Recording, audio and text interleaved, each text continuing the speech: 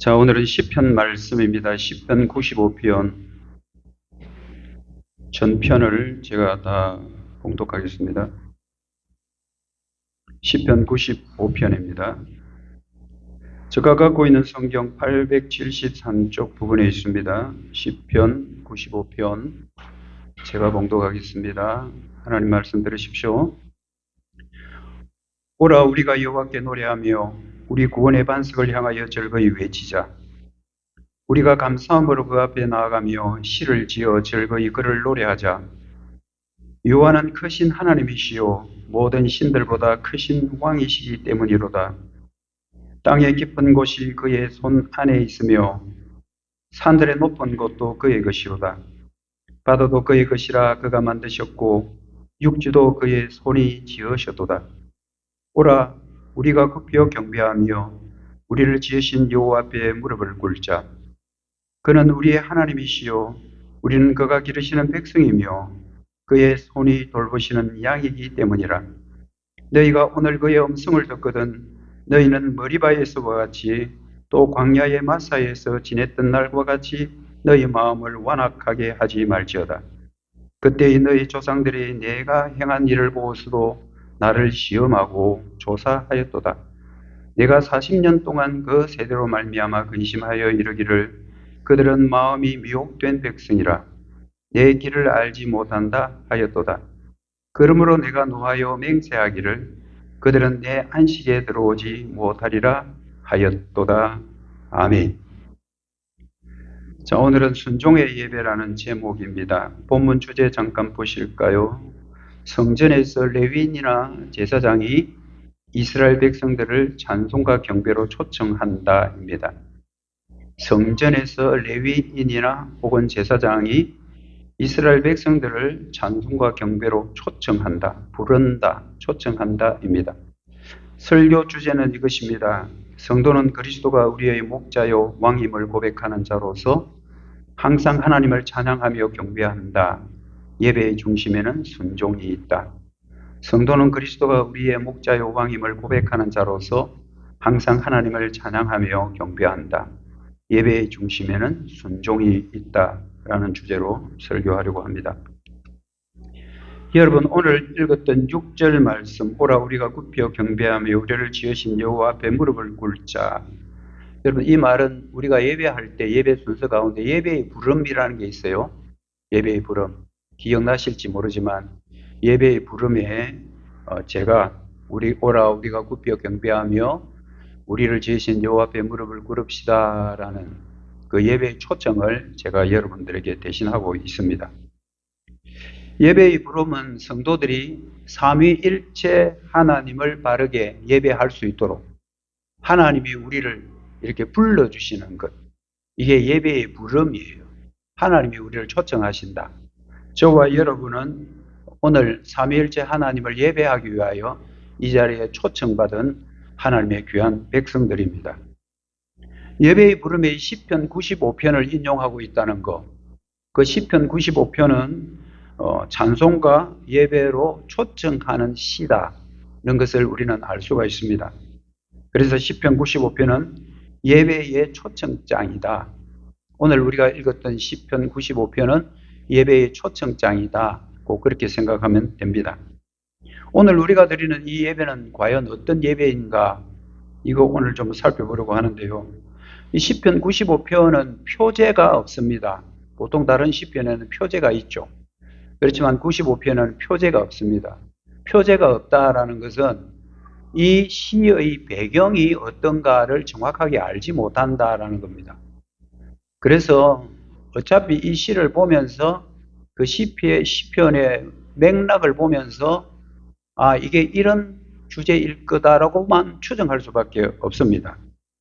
이 내용을 보면 성전에서 레위인이나 제사장들이 이스라엘 백성들에게 예배에 나오셔요 라는 것을 봐서 이것은 표제가 없지만 예배를 초청하는 시편이다라는 것을 우리는 문맥적으로 알 수가 있습니다. 1절과 2절 잠깐 볼까요? 오라 우리가 여호와께 노래하며 우리의 구원의 반석을 향하여 즐거이 외치자.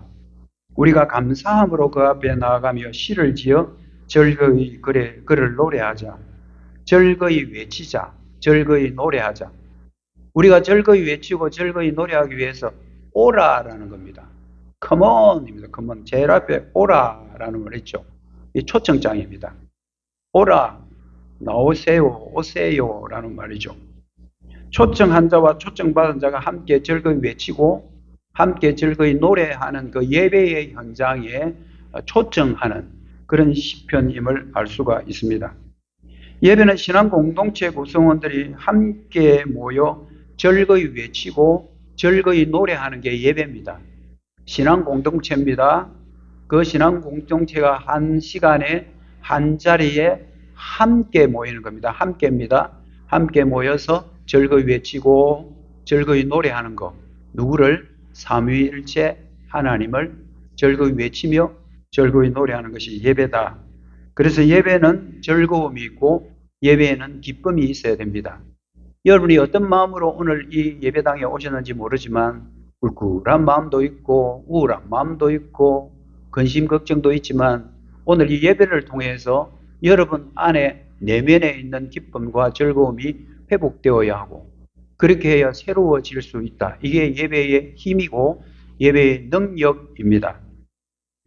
제가 코로나 이후에는 전혀 나가지는 못했지만 저는 한때 중국에 강의를 계속 나갔던 적이 있습니다. 그 강의하러 가고 나면 주일날은 어느 교회에 초청을 받아서 예배 설교도 하곤 했는데요.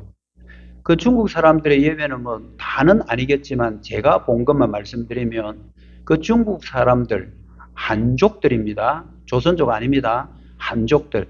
한국말 모르는 완전 중국 사람들. 그 사람한테 예배를 드리러 가면 제가 설교하면 옆에서 조선족이 통역을 해야 돼요. 통역을 해줘야 그 사람들이 알아듣죠. 저는 한국말 하고요. 이번엔 또 통역해서 중국말로 통역하고. 그렇게 예배를 드리는데 제가 설교를 1시간 이상 했습니다. 그리고 나서도 예배 마치고 나서 그들이 하는 말이 왜 그렇게 설교를 짧게 하냐. 설교를 좀 더 길게 해 주십시오. 말씀을 좀 많이 전해 주십시오. 라는 그런 요청을 받고 제가 좀 당황했던 적이 있습니다. 그들은 1시간 이상의 예배, 통역까지 하면 배로 되겠죠. 그럼에도 불구하고 한 사람도 흐트러짐이 없습니다. 자리를 비틀거나 또는 졸거나 그런 사람이 없습니다. 그들의 마음속에는 복음에 받은 그 기쁨 때문에 그런지 항상 예배에는 막 기쁨과 즐거움이 넘치고요. 찬송을 하면 막 천정이 들썩들썩 할 정도로 크게 찬송도 하고요. 그러면서 기쁨의 예물도 하나님 앞에 기꺼이 드리는 것을 보고 제가 많이 감동했던 적이 있습니다. 우리 한국 교회는 그들보다 복음이 많이 빨리 들어왔지만 우리 한국 교회는 이런 예배의 기쁨과 즐거움이 있을까? 그냥 형식적으로 흐르는 것이 아닐까? 그것을 제 개인적으로 대조를 하면서 그들의 예배가 참 감동스럽다.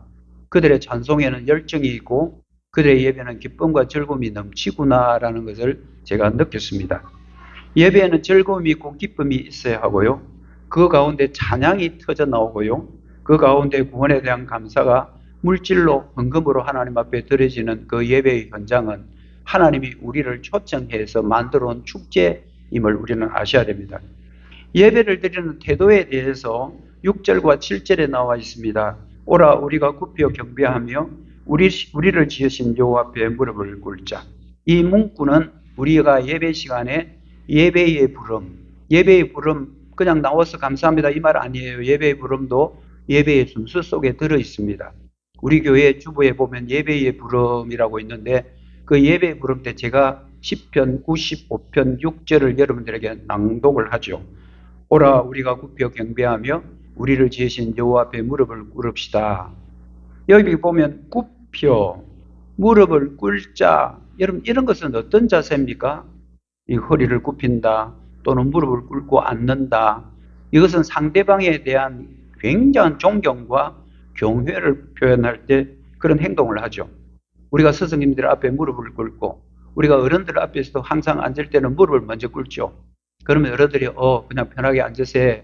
편하게 앉게. 그러면 우리가 양반다리로 자리를 바꾸죠. 우리가 어른들 존경하는 분들 앞에 스승님들 앞에 갈 때는 툭 그냥 퍼지르고 이렇게 앉지 않잖아요. 굉장히 겸손한 자세로 무릎을 꿇고 그리고 자세를 낮추죠. 이건 모두 다 겸손한 표현입니다. 겸손한 태도입니다. 우리가 하나님 앞에 예배로 가는 예배의 태도는요, 굽혀 경배하는 겁니다. 굽혀 경배하고 그분 앞에 무릎을 꿇는 겁니다. 그래서 예배의 태도의 가장 중요한 것은 겸손입니다. 겸손입니다.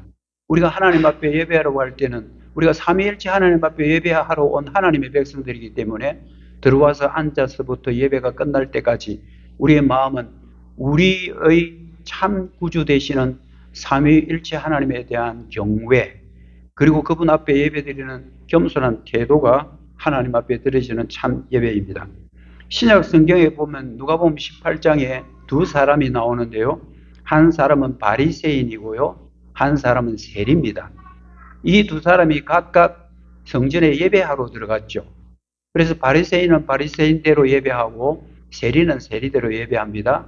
그 당시에 바리새인들은요, 굉장히 높은 지위에 있는 사람들이고요. 세리는 그 당시에 사회적으로도 죄인으로 취급받는 아주 비천한 존재예요. 이 두 사람이 동시에 성전에 가서 예배를 합니다. 바리새인은 바리새인대로 따로 서서 기도하고 세리는 저쪽에 한쪽에 저 구석에 있어서 예배합니다. 바리새인의 기도는 이렇습니다. 자신은 하나님 앞에 사기친 적이 없습니다. 불의를 행한 적도 없습니다. 저는 다른 사람과 간음한 적도 없습니다. 그리고 일주일에 2번 금식하고요. 소득의 11조는 철저하게 냅니다. 라고 하나님 앞에 고백합니다. 여러분, 이렇게 하면 참 신앙생활 잘하는 거 아니에요? 칭찬받아 마땅합니다. 일주일에 2번 금식하고요. 11조 톡팍톡팍 바치고요. 그리고 불의한 적도 없고 토색한 적도 없고 사기친 적도 없고 간음한 적도 없고 얼마나 잘 사는 사람입니까? 신앙생활 잘하는 사람이죠. 그런데 한편 세리는 저 멀리 서서 기도합니다. 이렇게 기도합니다. 감히 하늘을 쳐다보지를 못합니다. 하나님 앞에 자기는 너무 부끄러운 존재니까 하늘을 쳐다보지 못합니다. 그리고 가슴을 칩니다. 나는 죄인입니다. 나는 죄인입니다. 나를 제발 좀 불쌍히 여겨주십시오. 나를 불쌍히 여겨주십시오 하고 기도하고 갔습니다. 여러분, 누가복음 19장 18장을 기록하고 있는 이 저자는 이 두 사람의 기도를 어떻게 평가하는지 누가복음 18장 14절에 보면 이 사람이 세리입니다. 이 사람이 하나님으로부터 의롭다 하심을 받고 집으로 돌아갔다. 여러분, 우리가 보기에는 바리새인이 훨씬 나아 보이지 않습니까? 그런데 오히려 세리가 하나님 앞에 합격증을 받고 갔다. 꼭 그렇게 성경은 판단하고 평가합니다.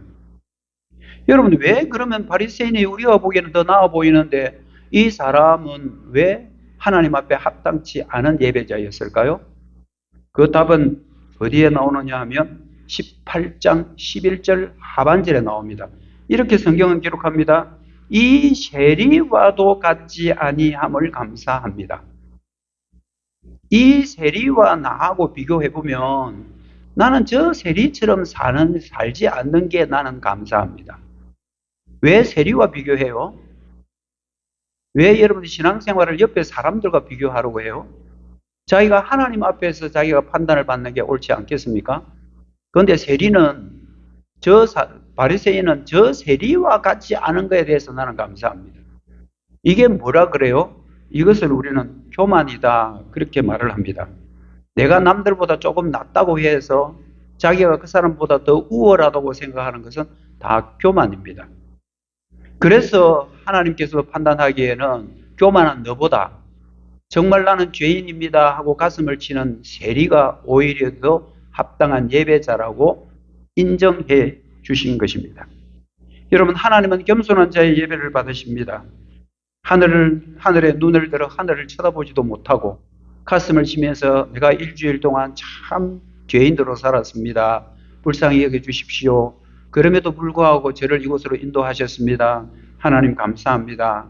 이런 사람이 오라 우리가 굽혀 경배하며 우리를 지으신 여호와 앞에 무릎을 꿇는 자의 예배의 태도입니다. 예배의 태도는 이런 두려움과 떨림이 있어야 됩니다. 내 정도만 하면 됐지라는 생각 버리시고 우리가 주님 앞에 나올 때는 저도 여러분도 다 마찬가지로 우리가 참 하나님 앞에 온전치 못했습니다. 그럼에도 불구하고 불러주셔서 감사하고요. 긍휼과 그리고 자비를 베풀어 주십시오 라고 기도했던 우리 오늘 김재진 장로님의 기도하고 거의 같은데요. 이런 마음으로 우리가 주님 앞에 나와서 예배해야 합니다. 우리가 하나님을 예배해야 될 이유를 세 가지를 간단하게 말씀드리려고 하는데요. 첫 번째는 우리가 믿는 삼위일체 하나님은 창조주이시기 때문에 그렇습니다. 4절과 6절 보십시오.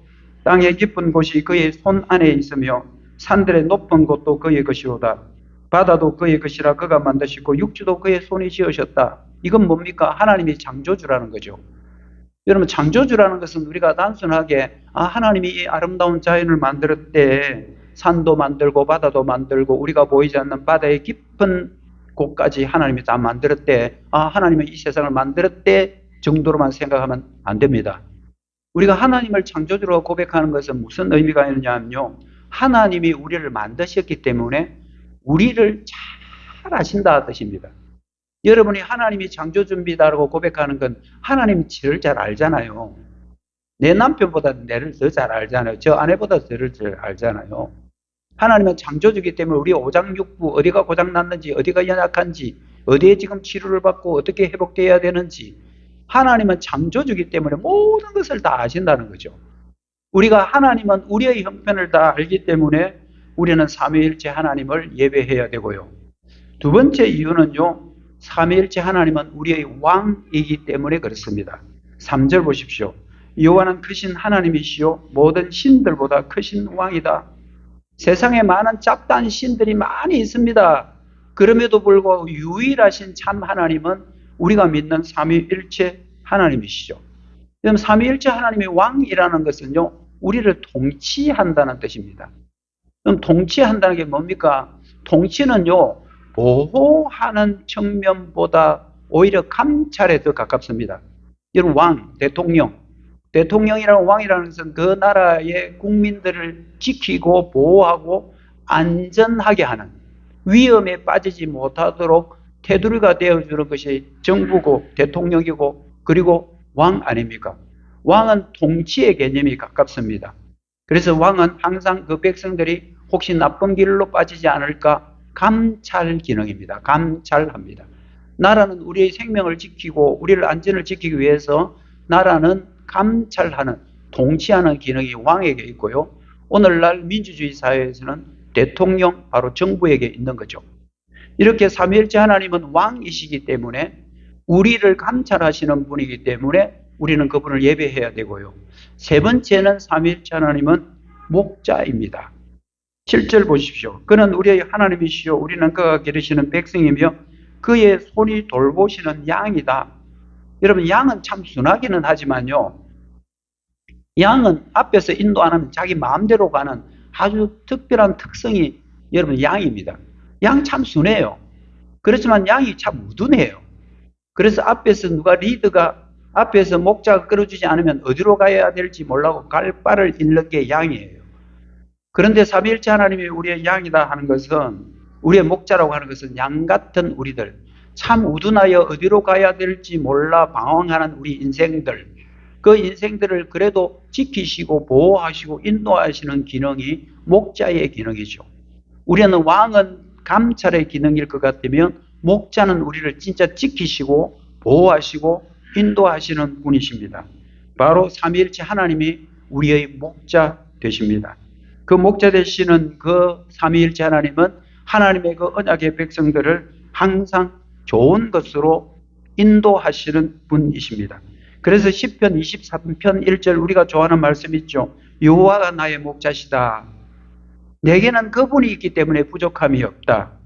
삼위일체 하나님은 백성들을 애굽에서 인도해 내셨고요. 푸른 초장으로 쉴만한 물가로 인도하셨습니다. 백성들이 먹을 것이 없을 때 만나와 메추라기로 먹이기도 하셨고요. 목말라 갈증할 때에 바위를 깨뜨려서 물을 터뜨리도 하신 분이 바로 삼위일체 하나님이십니다. 그 삼위일체 하나님이 자기 백성들을 푸른 초장으로 쉴만한 물가로 인도하시는 목자이기 때문에 그분은 찬양받으시기에 합당하시죠. 삼위일체 하나님, 우리의 창조시기 때문에, 그리고 그분은 우리를 지금도 통치하고 계시기 때문에, 그분은 우리를 선한 곳으로, 좋은 곳으로 인도하시는 분이기 때문에 찬양받기에 합당하신 분입니다. 오늘날 저와 여러분이 지금 예배 자리에 11시 33분 현재 지금 이곳에 함께 모여 예배하고 있는데요. 저와 여러분이, 우리는 누구를 지금 예배하고 있습니까? 사람을 예배합니까? 인간을 예배합니까? 아니죠. 우리는 삼위일체 하나님을 예배합니다. 우리가 믿는 신앙은 하나님만도 아니고 예수님만도 아니고 성령님만도 아닙니다. 우리가 믿는 하나님은 삼위일체 하나님이십니다. 성부 하나님과 성자 예수님과 성령님이 한 분이라는 것을 믿는 참 신비스러운 삼위일체, 그럼에도 불구하고 그 사실이 믿어진다는 것 때문에 저와 여러분은 지금 이 자리에 예배하고 있죠. 우리는 시편의 저자처럼 삼위일체 하나님을 찬양하며 경배할 수 있는 존재가 되어버렸습니다. 우리는 하나님 앞에 온전한 예배자가 되어버렸습니다. 누구 덕분인지 아십니까? 바로 우리의 성자 되신 예수님 때문입니다. 예수님이 우리를 죄에서 구원하셨기 때문에, 우리를 하나님이 어렵다고 봐주셨기 때문에 저와 여러분은 예배 자리에, 오늘 이 자리에 지금 앉아 있는 것입니다. 그 구원은 예수 그리스도 안에서만 우리에게 옵니다. 다른 곳에서는 구원을 찾을 수도 받을 수도 없습니다. 이 세상에 예수님 빼놓고는 어디에서도 구원을 찾을 수가 없습니다. 예수님이 이렇게 직접 말씀하신 것, 저와 여러분이 한번 들어보시죠. 요한복음 10장 10절과 11절입니다. 내가 온 것은 양으로 생명을 얻게 하고 더 풍성히 얻게 하려는 것이라. 내가 선한 목자다. 선한 목자는 양들을 위하여 목숨을 버린다. 여러분, 구약의 삼위일체 하나님이 이스라엘 백성들의 목자라고 했습니다. 여호와가 목자라고 했습니다. 그런데 예수님이 이제 자기가 선한 목자래요. 그러면 예수님도 삼위일체 하나님 중에 제2위이신 성자 예수님이라는 말씀이고요. 예수님이 이 땅에 인간으로 오신 목적은 분명합니다. 우리에게 생명을 주기 위한 거고요. 우리를 풍성케 하기 위함입니다. 여러분, 생명을 준다는 이 말은 바로 구원이죠. 우리를 죄에서 구원하는 거고요. 구원받은 그 백성을 더 풍성하게 하려 함이라. 무엇으로 여러분 풍성해질까요? 바로 예배입니다. 저와 여러분은 지금 풍성한 하나님의 은혜를 받고 있는 시간입니다. 예수님이 선한 목자이기 때문에 다른 목자들은 자기 먹을 것 챙기기 위해서 양들을 그냥 형식적으로 이렇게 보살필지 모르지만, 우리의 목자 되신 예수님은 자신의 목숨을 내어놓으신 목자십니다. 우리를 구원하기 위하여 자신의 목숨을 내어놓는 사람 이 땅에 아무도 없습니다. 예수님만이 생명을 내놓으시고 우리의 생명을 구원하셨고, 우리는 지금도 그 예수님 덕분에 풍성함을 누리는데 예배 현장에 앉아 있는 것입니다. 우리는 이 예수님 덕분에, 예수님 때문에 드디어 예배 자리에 지금 저와 여러분이 앉아 있는 것입니다. 예수님은 양들을 위해 자기 목숨을 버리기 위해 오신 구약의 메시아이시고요. 그분은 바로 그리스도 되십니다. 그분을 믿는 것은 우리와 함께 하시는 성령님의 덕분이에요. 성부 하나님의 구원의 계획, 성자 예수님의 십자가와 부활, 그리고 그것이 우리께 된게 하신 분은 성령님이십니다. 우리가 믿는 하나님은 삼위일체 하나님입니다. 저와 여러분은 지금 삼위일체 하나님을 찬양하고 경배하고 있는 것입니다. 이것을 우리는 어전적인 예배라고 그래요. 일주일에 한 번, 주일날 11시에 온 언약의 공동체들이 함께 모여 하나님을 예배하고 경배하는 이 예배는 어전적인 예배입니다. 그러나 또 하나의 예배가 있습니다. 오늘 말씀의 핵심은 바로 이겁니다. 이거 여러분들에게 말씀드리려고 합니다. 하나의 경배가 더 있습니다. 그것은 바로 우리가 지금 드리는 어전적인 예배보다 더 많은 시간과 더 많은 애를 써야 되는 또 하나의 예배입니다. 그 예배가 어떤 것일까요? 그럼 7절 하반절과 8절 말씀 보시죠. 너희가 오늘 그의 음성을 듣거든, 너희가 하나님의 말씀을 듣거든, 설교를 듣거든, 똑같은 말입니다. 너희는 머리바스와 같이 또 광야의 마사에서 지내던 날과 같이 너희 마음을 완악하게 하지 말지어다. 여러분, 예배에 대한 시편에 이 말씀이 있는 것은 좀 생뚱맞다 싶습니다. 우리가 하나님을 삼일째 하나님으로 예배하고 의전적인 예배를 드리고 찬양도 드리고 경배도 하고 그리고 헌금도 하고 이렇게 예배를 드린 것만 하면 될 것 같은데, 그런데 시편 95편 후반절에는 바로 이 말씀이 있는 거예요. 너희가 오늘날 하나님의 음성을 듣거든 머리바스와 같이 마사와 같이 완악한 마음 가지지 마라. 뭘 해라는 거예요? 하나님의 말씀을 듣거든 온전히 순종하라는 말씀입니다.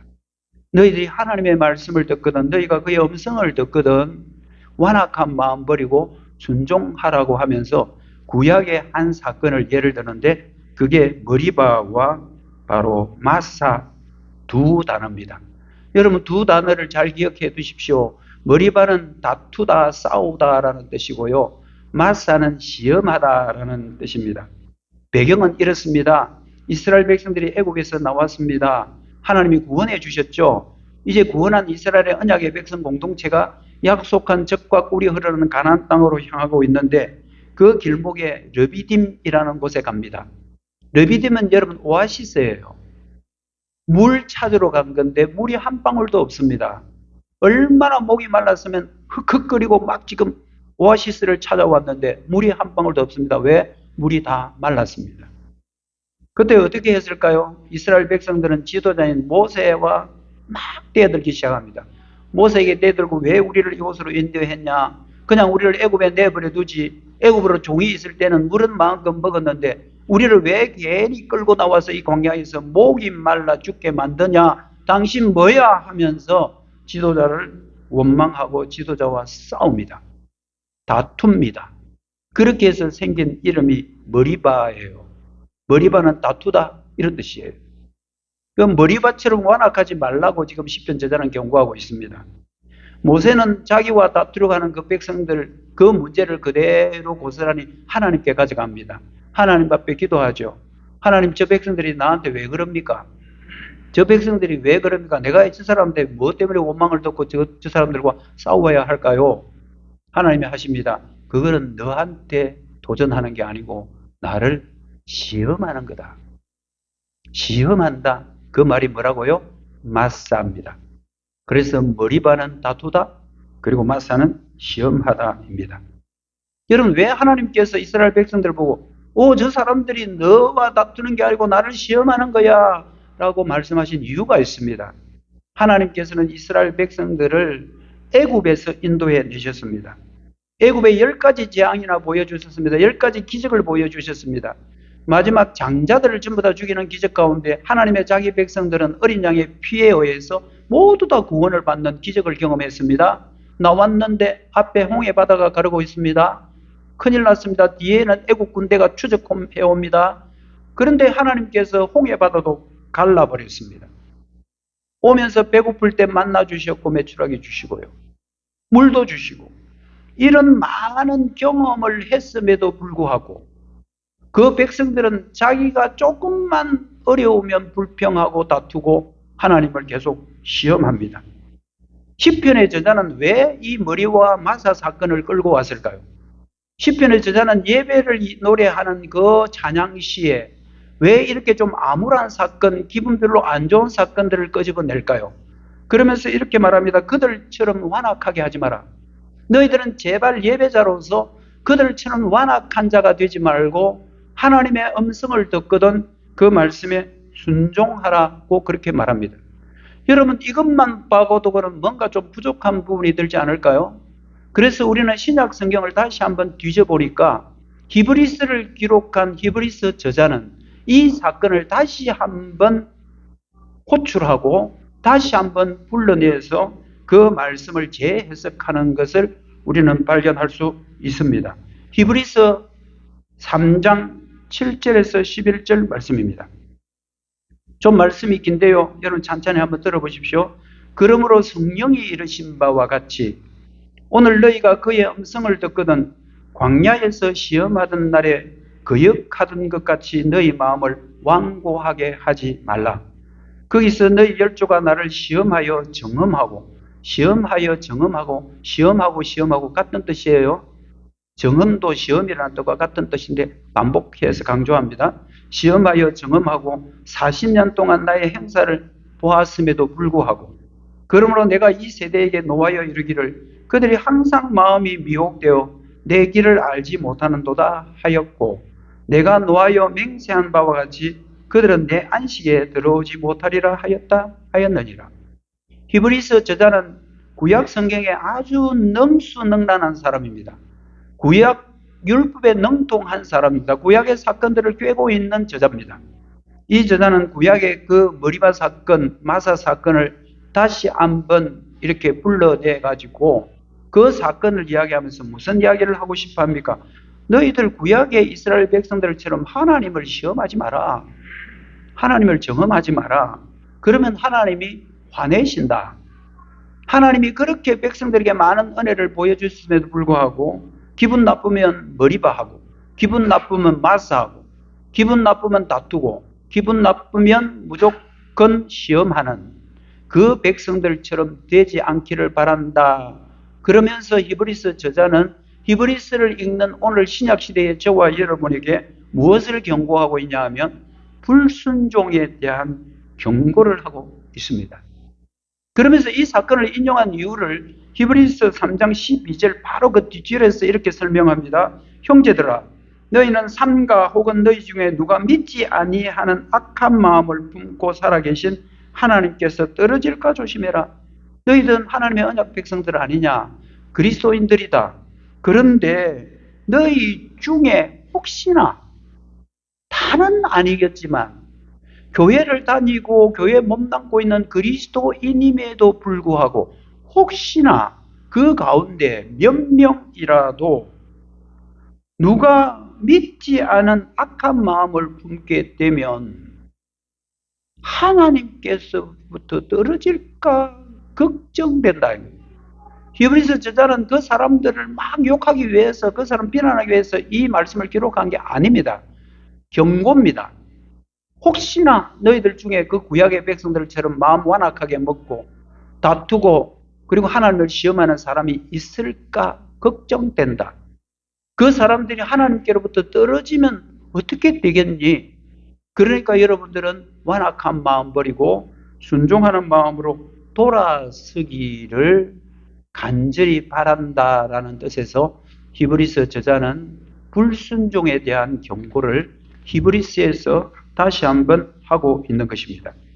여러분, 불순종의 경고는 히브리서 저자만이 아니고요, 예수님도 하셨습니다. 마태복음 7장 21절 22절 보십시오. 나더러 주여 주여 하는 자마다 다 천국에 들어갈 것이 아니다. 주여 주여 한다고 다 천국에 들어갈 것이 아니다. 여러분, 주여 주여 하는 자, 이 사람들은 지금 누구를 염두에 두고 하느냐 하면요, 바리새인들, 서기관들, 제사장들이에요. 히브리인들 후에 유대인들입니다. 그러면서 그들이 성전에서 예배드리는 의존적인 예배만으로 주여 주여 부른다고 해서 그들이 천국 갈 것 아니다. 예수님이 하시는 경고예요. 다만 하늘에 계신 내 아버지의 뜻대로 행하는 자. 여러분, 여기에서 행위 구원을 말하는 건 아닙니다. 예수님을 믿는 사람이면 예수님을 주여 주여 부르는 입술의 고백도 있지만 이제 삶 가운데서 하나님의 말씀을 듣거든 구약시대의 백성들처럼 다투거나 하나님을 시험하지 말고 그 하나님의 말씀을 순종하라는 경고도 역시 예수님도 하고 계십니다. 내 아버지의 뜻대로 행하는 자. 여러분, 우리 신앙은 예수님 믿고 구원받았으니 됐다, 이제 마음대로 살자, 우리는 어차피 천국 갈 거 아니냐라고 생각하는 복음주의가 아니고 우리는 개혁주의 신앙입니다. 개혁주의 신앙은 뭐냐 하면요, 예수님 믿는 사람으로서 이제 세상 가운데 하나님의 백성답게 살아가는 그것을 말합니다. 이것이 바로 주여 주여 한다고 천국 갈 것이 아니라 아버지의 뜻대로 순종하는 자가 들어간다라는 이 예수님의 말씀을 우리는 성령님을 통해서 이해해야 되고 우리의 마음으로 깨달아져야 합니다. 사도 야고보도 이렇게 경고합니다. 야고보서 2장 17절에 보면 이와 같이 행함이 없는 믿음은 죽은 믿음이다. 여기서 믿음, 여기서 주여 주여 하는 것은 그냥 믿음이고, 근데 행함이 따라가지 않으면 주여 주여 하는 그것은 죽은 믿음이다라고 더 확실하게 불순종에 대한 경고를 하고 있습니다. 여러분 다 똑같습니다. 지금 시편 저자나 그리고 아까 히브리서 저자나 예수님이나 예수님의 제자 야고보나 모든 것이 딱 한 주제입니다. 불순종에 대한 경고입니다. 너희들 불순종하지 마라. 하나님의 말씀을 듣거든 완악한 마음 가지지 마라. 순종하라는 것을 일목요연하게 일관성 있게 모두 다 외치고 있습니다. 히브리서 저자의 결론을 다시 한번 보면요. 히브리서 3장 14절에 돌아가 보면 끝까지 견고히 잡고 있으면 그리스도와 함께 참여한 자가 된다. 여러분 굉장히 중요한 단어는 그리스도입니다. 너희들이 정말 하나님의 말씀을 붙들고 그 말씀에 순종하려고 애를 쓴다고 되는 것이 아니고 애를 쓰면 그리스도와 함께 한 자가 된다. 예수님이 우리와 함께 있으므로 그 일을 하게 한다라는 건 우리에게 엄청난 위로입니다. 히브리서의 저자가 지금 불순종의 경고를 딱 하면서 결론을 딱 맺기를 뭐라고 하냐면 너희들이 순종하려고 애를 쓰면 그것을 견고하게 붙들고 있으면 그리스도와 함께 참여하는 자가 될 거야. 그리스도와 함께하는 자가 될 거야 라고 하면서 이것은 약속이라는 것을 우리에게 말하고 있습니다. 여러분 우리가 이 땅에 살면서 이런 말 많이 듣잖아요. 너희들 신앙생활 잘해라. 신앙생활 잘해라. 뭐 누가 하기 싫은 사람 누가 있습니까? 잘하고 싶죠. 근데 잘 안 된다는 말이에요. 잘 안 되는데 안 된다고 이제 안 해야지. 내가 지금 한번 해봤는데 안 되더라. 나 그만할래. 나 졸업할란다. 교회 안 갈란다. 이제 내 순종 안 할란다. 난 내 마음대로 내 뜻대로 살아봐야 되겠어. 그런 마음 같이 말하는 게 그게 뭐냐 하면 머리바고 맞사람이에요. 사람들끼리 다투는 거고 하나님 앞에는 시험하는 거라고. 그런 완악한 마음 품지 말고 너희들이 주의 음성을 듣거든 순종해라. 그러면 너희가 그리스도와 함께 있는 것이다 라고 약속을 우리에게 다시 한번 반복하고 있습니다. 여러분 그리스도의 가장 큰 예배는 의존적인 예배, 주일날 예배 드리는 건 맞습니다. 이것도 맞지만 또 하나는 삶의 예배, 바로 순종입니다. 여러분 힘들고 어려운 일들이 산더미처럼 지금 여러분 앞에 많은 문제들이 있잖아요. 가정마다 다 문제들이 있고 어려움도 있지만 그럼에도 불구하고 하나님의 말씀을 듣거든 너희들이 완고한 마음 버리고 그래도 순종해야지, 내가 순종해야지 라고 그런 마음을 갖고 한 걸음 한 걸음 참된 예배자로 나아가라고 우리에게 권고하고 있습니다. 여러분 참 예배는 순종에서 나옵니다. 성도들의 가장 중요한 것은 예배자입니다. 여러분 주와 여러분이 주일날 함께 와서 예배 드리는 것, 그리고 내일부터 또 한 주간 여러분의 삶의 현장에서 순종의 예배를 드리는 것, 이 두 개가 온전한 예배자입니다. 주일날 와서 예배 드리는 것도 참 중요합니다. 여러분 오늘 잘 보셨습니다.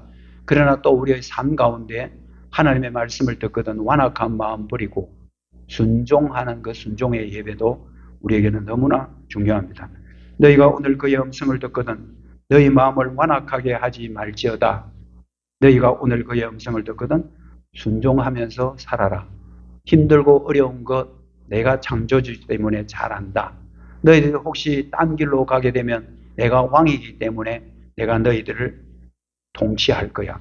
그러나 사무엘자 하나님은 목자다고 말씀하면서 우리를 더 풍요로운 자리로 인도하실 하나님이심을 믿으셔야 됩니다.